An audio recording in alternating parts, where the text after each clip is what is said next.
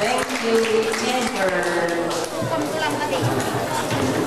Lumapit ako dito dahil sabi ko, yung awit ninyo na dedicated to your teachers, nangangailangan ng response. At gusto ko sana magbigay ng isang song in response to your song.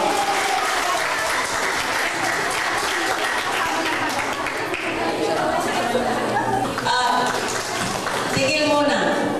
Baka napapansin nyo medyo nag-spiral ang boses ko, no?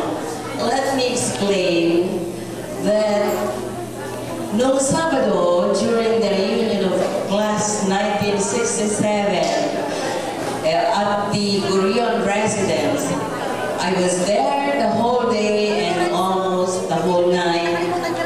I went home at around 11 p.m. And I tell you, it was fun. Everybody let their hair down. Nagdala pa naman si Major General Romeo Alnilio na isang all-girls band. Awitan kami halos the whole night. So, yeah, that explains why ang boses ko ay ganito. I'm not saying that I have the best voice in the world, pero nahihirapan ako ngayon na i-control yung boses ko. So, hanggang doon lang muna, ha? Mamaya, promise, aawitin ko ulit kayo. And now my message. Alam niyo, if there is any single graduating class of this school from the time I started teaching, the first graduation that I attended as a member of the family was 1966, because I got in August 5, 1965. And from 1966 to the time I retired in 2003, and that makes it almost 38 years.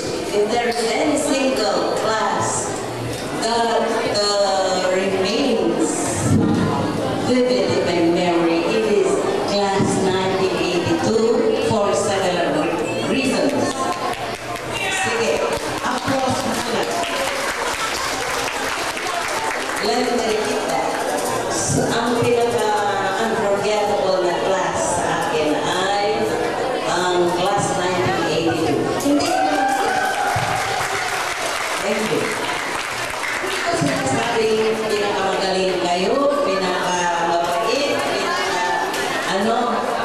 dahil all other classes were magaling, mabait, etc. Blah, blah, blah. Pero the main reason why class 1982 is my most unforgettable class is because Roy Lucero knows this. Your class gave me that distinction of being the advisor of the school paper that won the general championship in the division schools press conference held in Calasiao National High School. Mind you, tandang-tanda ng mga those involved in that conference perhaps will never forget it. Halos lahat sila, or mga lahat, Troy, ay nagkaroon ng panalo. You know the comments of the other officials in the school's press conference, especially the judges, nagtaka sila. Dahil ang Northern National High School that was hitherto unknown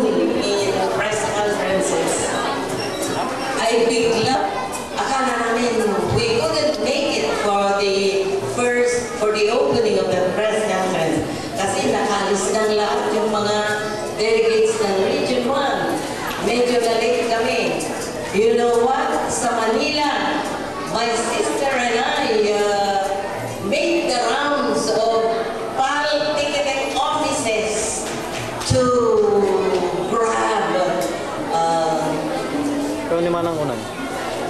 a berth in a plane for Kalibaklan. And luckily, Awan? we found 2 seats Ikaw na eh, dito na. during